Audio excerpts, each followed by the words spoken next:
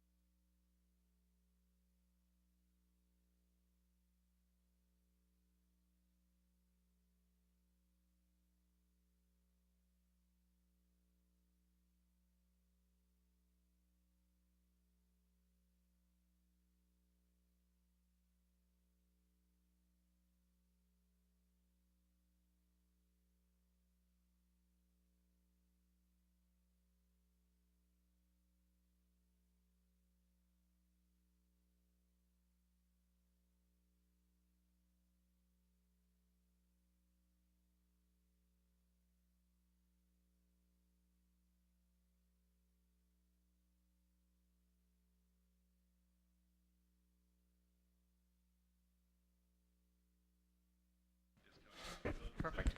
Can you hear me okay over there? Perfect, thank you.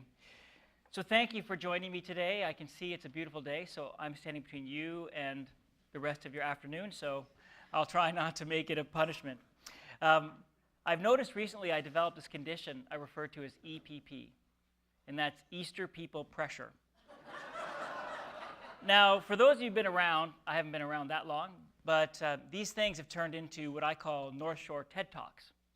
You know, it goes way beyond the faith journey. You got to be charming, inspirational, make them laugh, make them cry, don't screw it up. Every week before this, I get a, hey, how you doing? You ready? Christine was awesome. I would hate to go after Christine. So that's what I've been dealing with. So when Father Jason asked me to take this, you may not know this, but I said, I'm not sure I'm Easter people. I grew up in the Catholic Church. I said, best case, I'm third Sunday in ordinary time people. Or as altar boys used to say, nothing special Sundays.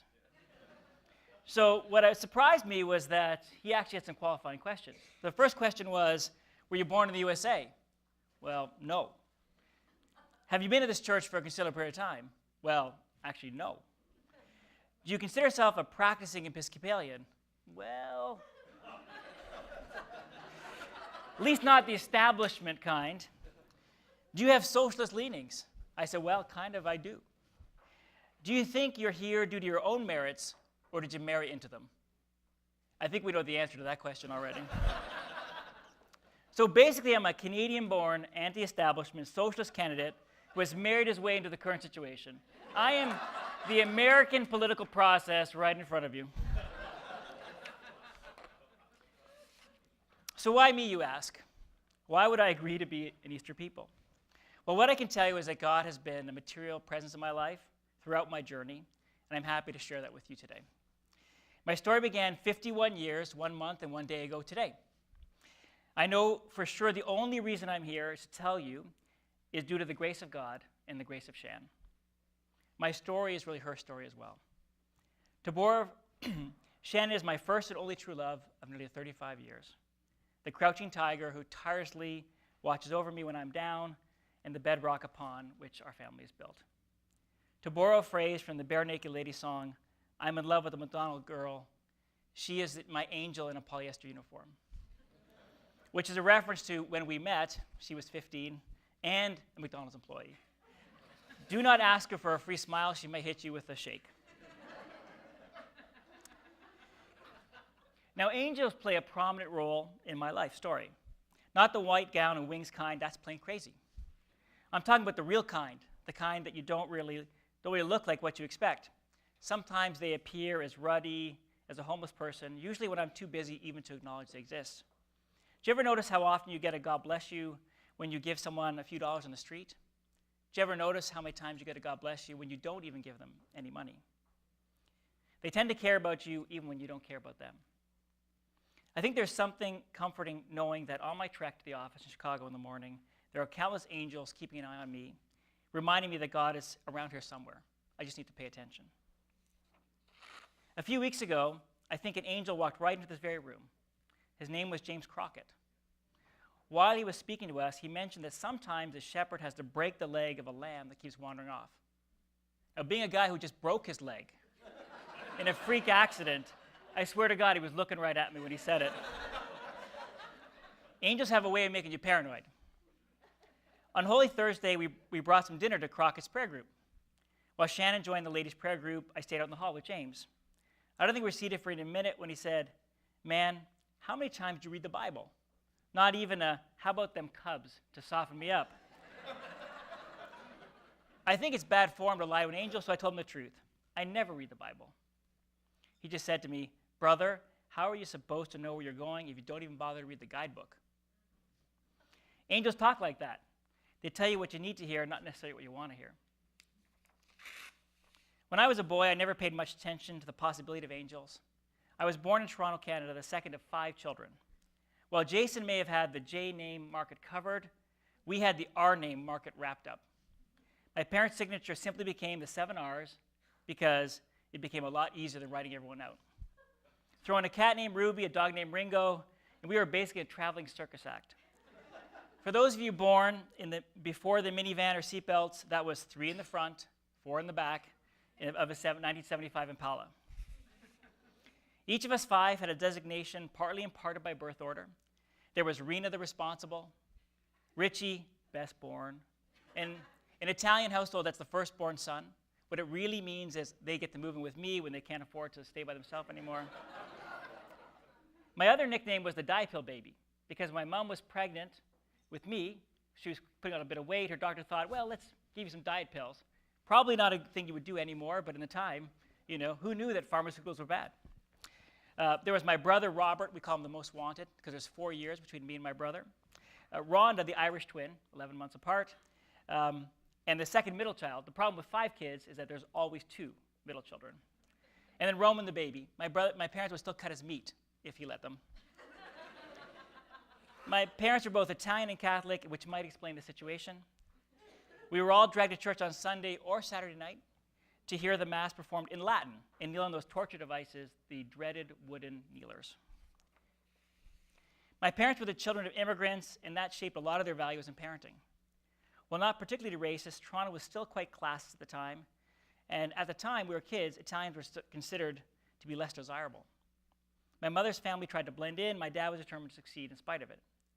My grandfather ran a candy business out of the basement of his 2-bedroom bungalow in central Toronto, which held my grandparents, my dad, his 4 siblings, an assortment of visitors, and they were not well off. Eventually, the candy business was moved to an industrial setting. We still held it until I was about 8 years old.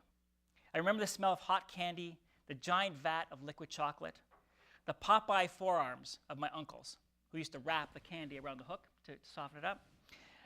It was a great business. It just didn't make any money. My dad and ultimately my mom both migrated into real estate. Do we have any real estate people in the room? You're a real estate person? Okay, well, for those of you who don't know, real estate is the hardest job. The reason it's the hardest job is because you only get calls on your listings when you're at a birthday party, at a function. There's not a single family engagement you don't get disturbed with. They were very successful, and he figured out that he could buy houses and rent them out, and he quickly amassed a big portfolio. Like the Jeffersons, we were moving on up. Ultimately, he went into real estate speculation. The biggest downside was that we moved a lot, like a dozen times before I got to high school. We all of a sudden were driving fancy cars and moved into a swanky neighborhood. Growing up as best born wasn't as easy as you think, even when things were going good. I didn't fit my dad's expectation. I was too soft, not aggressive enough, not athletic enough. He was an excellent athlete and self-made. It was a very stressful time for the family, long hours, 5 crazy kids. It affected us all, but not really in a good way. Back then, the God of my life was fed to me in Catholic school, and mostly the James Joyce fire and brimstone type. I was going to hell for any number of reasons, at least headed to purgatory for a very long time. Most of my values actually came from TV. American TV, of course. There were only 2 channels in Canada. We were the original latchkey kids, and I grew up on Davy and Goliath, Hogan's Heroes, Gilligan's Island, Marianne for sure. Leave It to Beaver was nothing like my life. I learned when I was young that I really needed was my independence.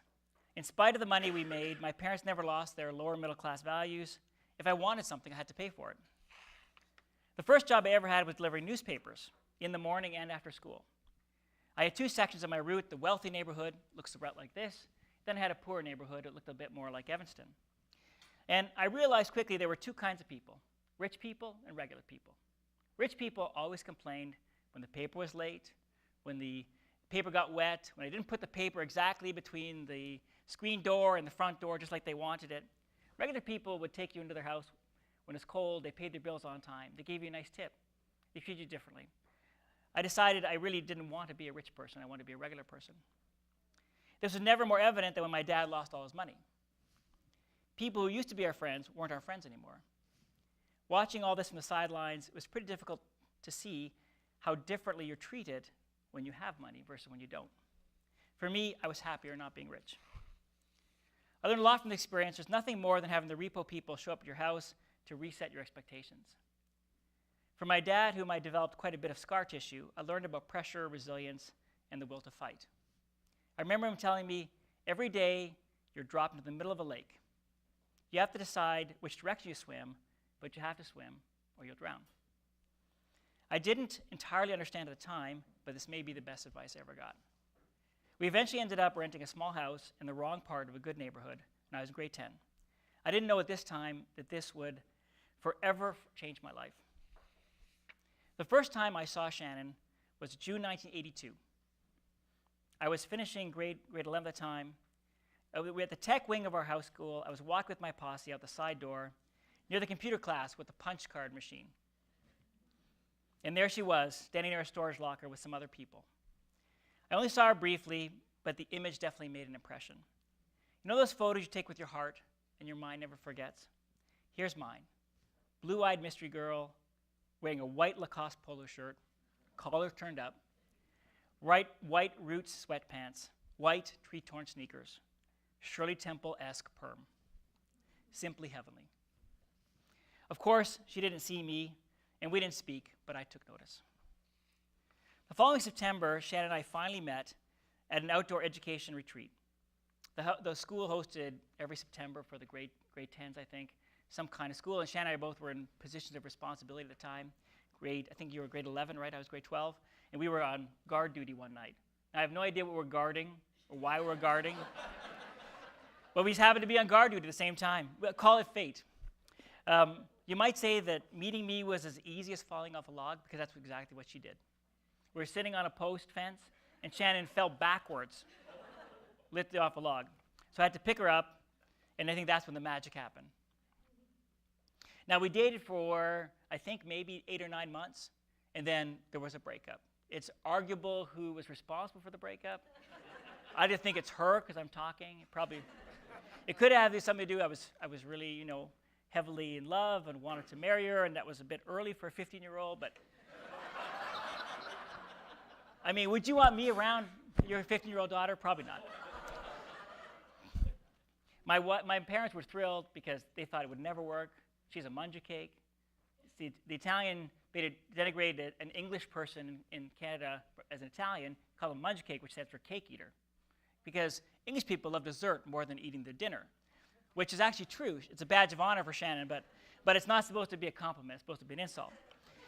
So really, I think everyone was thrilled when we decided to break up. Her parents, because Italians beat their wives, and because my parents, because she'll never make you happy, she'll never cook for you, which is true. But I thought it was funny at the time that the biggest issue was I was Catholic, she was Protestant. It will never work. What if you have kids? You know, what are you going to do? How are you going to get by? So maybe it was a good thing at the time.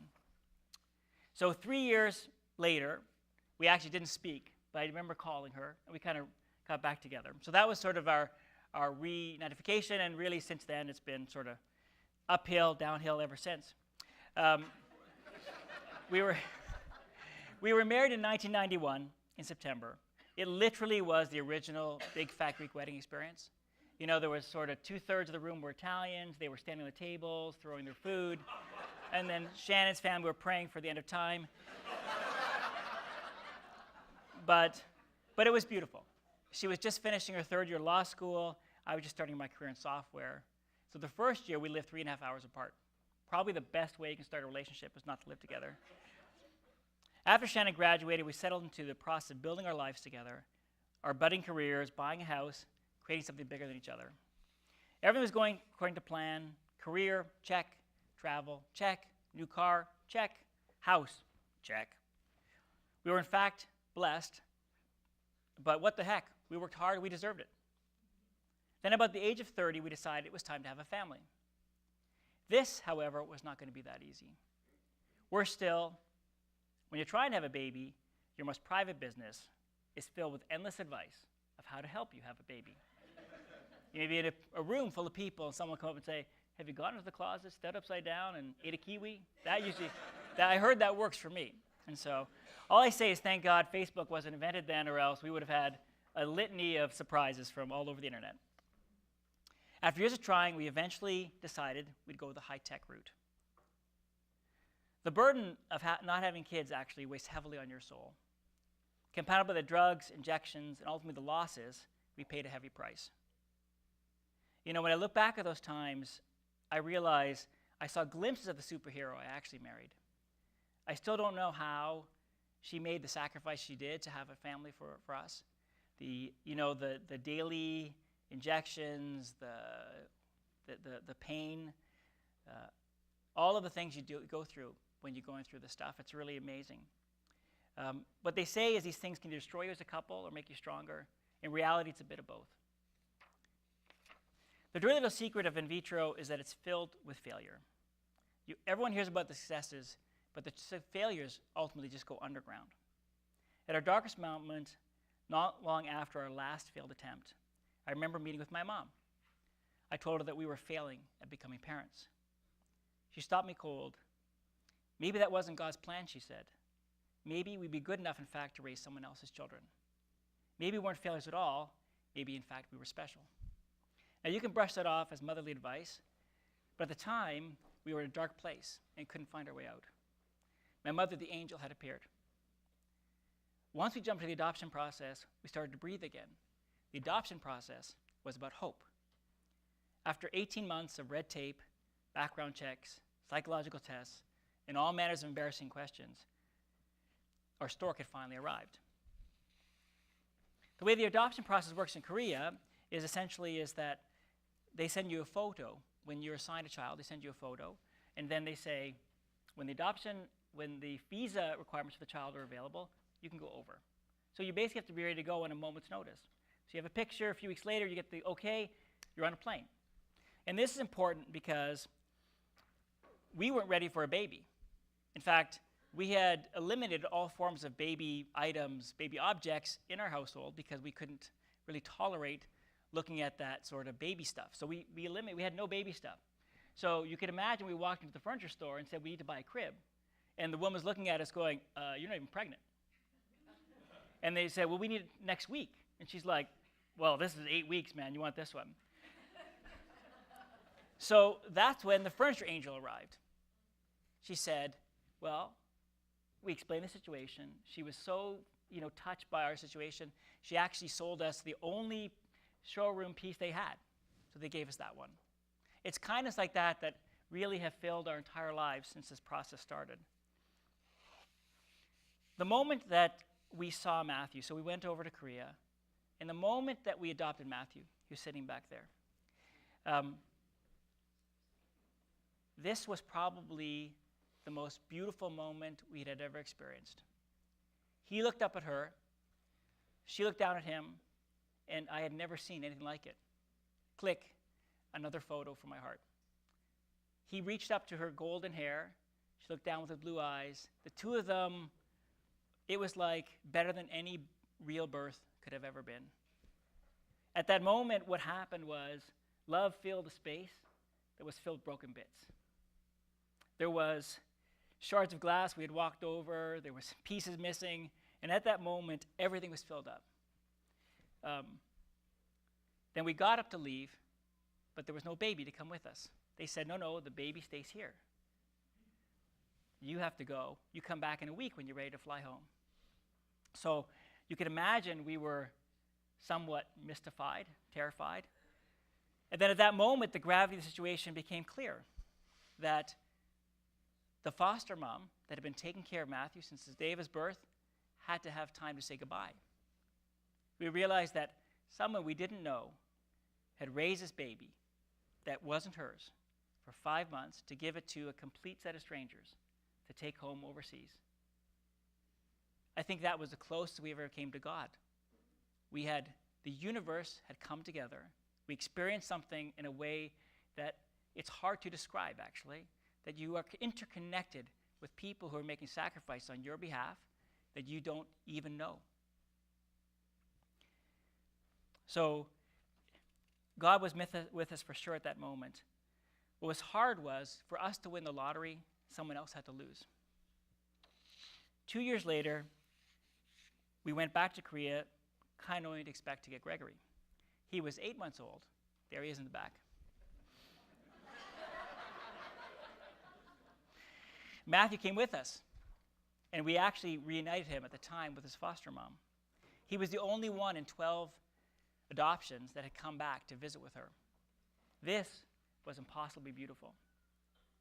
The most notable thing about Greg, however, was his sadness.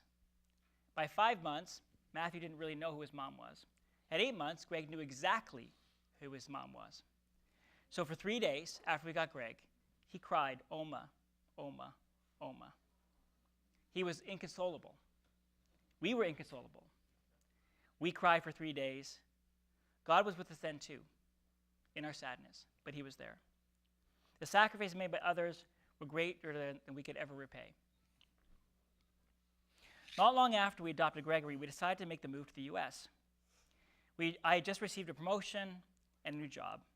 It was a big change and away from family and friends, but we could figure we could use the opportunity to spend time as a family. So in 2009, we made the great migration to Winnetka, and we left our family 500 miles behind. In the beginning, it was a beautiful fall. So nice, in fact, that it confirmed what I had been predicting, that the weather in Chicago was better than the weather in Toronto. She was supportive but not enthusiastic. Our kids were 4 and 2 at the time. So the only way for us to survive was to go to the park. Maybe within 1 week of arriving, we bumped into the Gronkies at the Village Green. They were on the same survival plan that we were on. Our kids were similar aged. So we became fast friends. They showed us the ropes, lists that grew up here, and got us oriented. Making friends when you're in town is actually quite difficult, especially as adults. The Gronkies are central to the story. We're anchored to them in a way that's stronger than any family. It was through Doug and Leslie that we found Holy Comforter. Shannon was church shopping around December, and they said, hey, why don't you check out where we go? It was basically love at first sight. The church was great, and we could hang with our friends while someone else watched our children. It was awesome. 2010 was a whirlwind tour for us, setting into a new job, getting used to a new environment, new country, and so on. First, I had to get rid of that annoying accent. I can't say A anymore. I think I still slip in an oot and a boot. You might find this hard to believe, but Shannon is actually more organized than me. By the summertime, I had no dentist, no doctor, no hairstylist. I still, you might argue, I don't. We decided to spend a few weeks at our cottage in Ontario, our little piece of Canada that we kept with us. The summer was uneventful. Your basic experience with a 2-year-old and a 5-year-old, endless moments of joy, punctuated by moments of concern, of them scraping their knees and eating dog poop. Work was awesome. I was leading a new business. We were killing our numbers. The transformation agenda we were started was finally coming to life. My genius was being exposed. The only bummer was the annoying headaches I started getting at the time.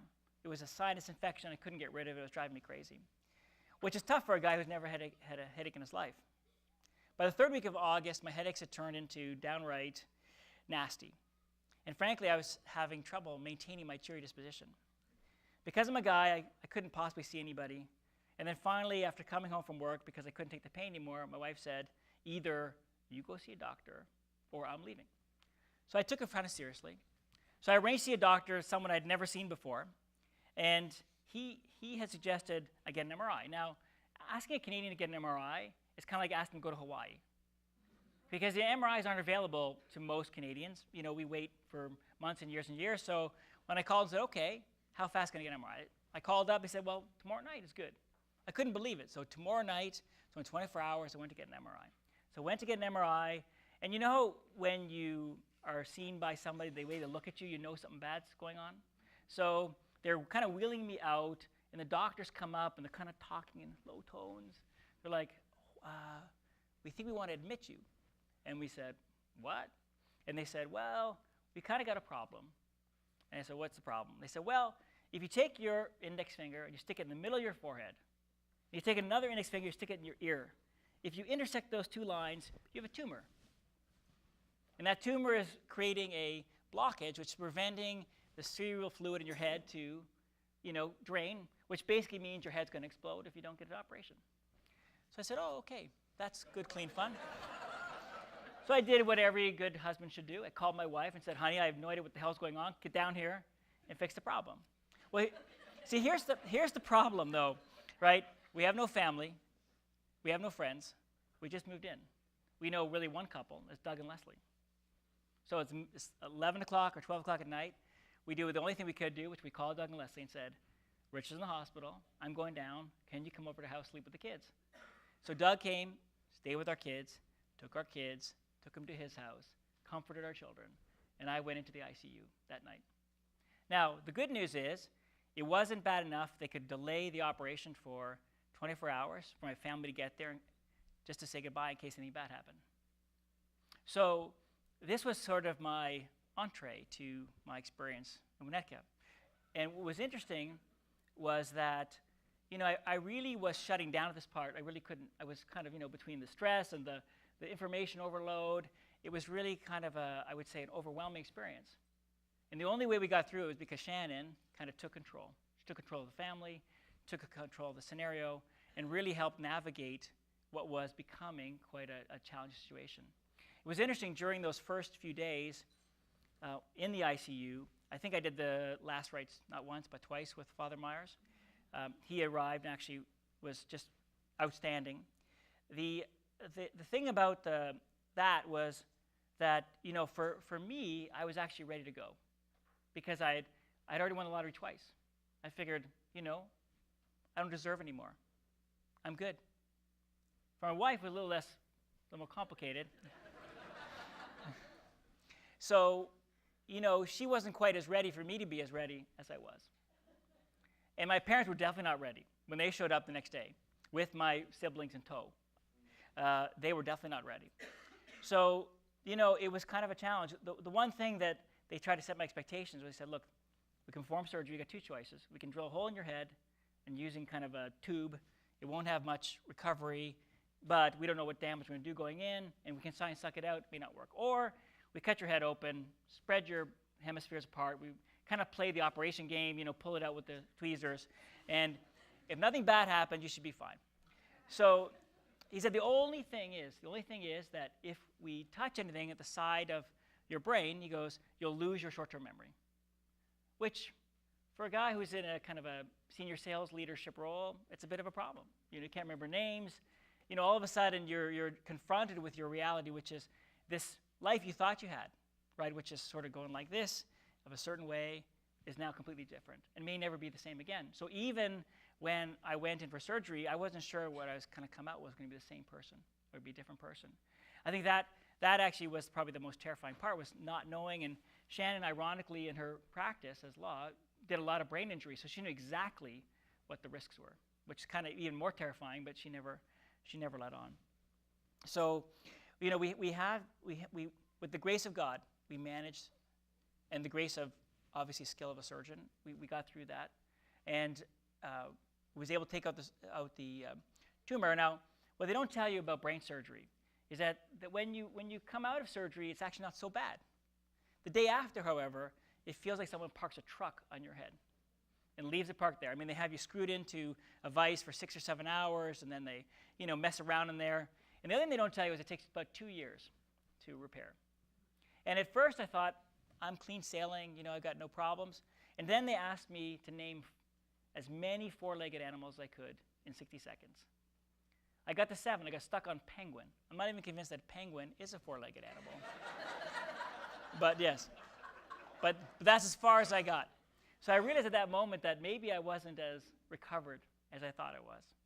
And actually what used to come to me, my memory, quick wits, and so on, that was gone. And so it really started a process of trying to rebuild my life and my memory and the things that were important to me. And what I can say is that advice I received from my dad about that being dropped in the lake, I kind of thought about that almost every day. I've used it almost every day since, where every day I get up, I deal with what I got to deal with, I take a stroke, and I keep moving. And that's all I really could ask for. And throughout the entire process, I think the most amazing and beautiful thing happened. I experienced the love and caring of prayer. And in this room, I think I was on the prayer list forever. Shannon, how long was I on the prayer list for? 2 years, give or take? I think I maybe set a record for being on the prayer list. I'm not sure how long you're allowed, statute of limitations, but I was on it. And but for a different reason, right? Yeah. Yes, exactly. So what was interesting was that what I say is I don't want anyone to experience what I've gone through, except that I want everyone to experience what I felt, love of prayer. Like when you literally feel like people have their arms locked, holding you up. It is the most amazing experience. And I tell you, that was, I think I wrote a note to Father Myers when I came back after a couple weeks, and I said, I had never felt love like that before. I had been in that experience. I think that really helped me understand the value of being interconnected and the value of God and the value of really feeling that from other people. So for me, that was a life-changing, obviously, experience. And, I think we've really grown to be part of this church. As you know, I'm riding Shannon's coattails pretty much the whole time. You call her senior ward, and we call her senior ward at home, too. So it's...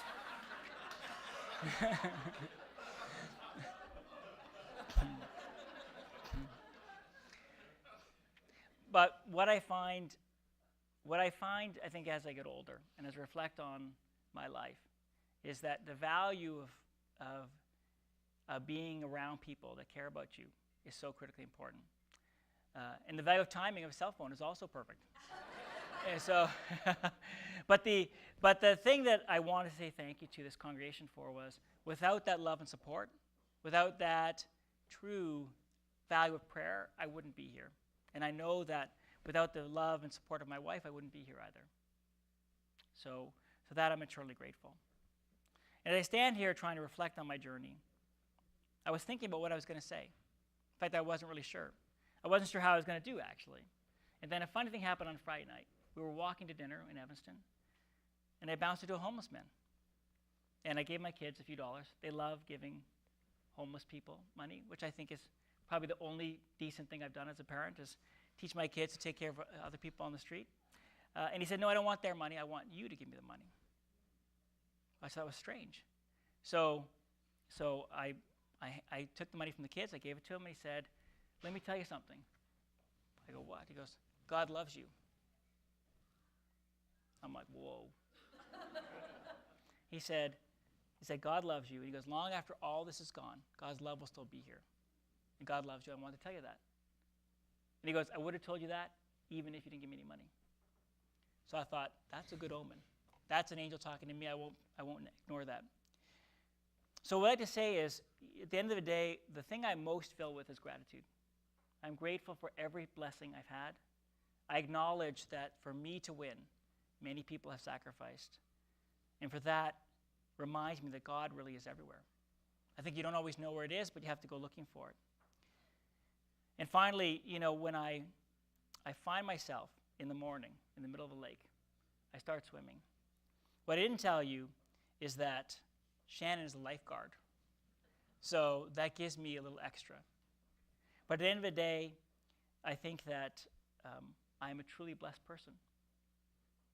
And that's the thing that keeps me going every day. Thank you for your time.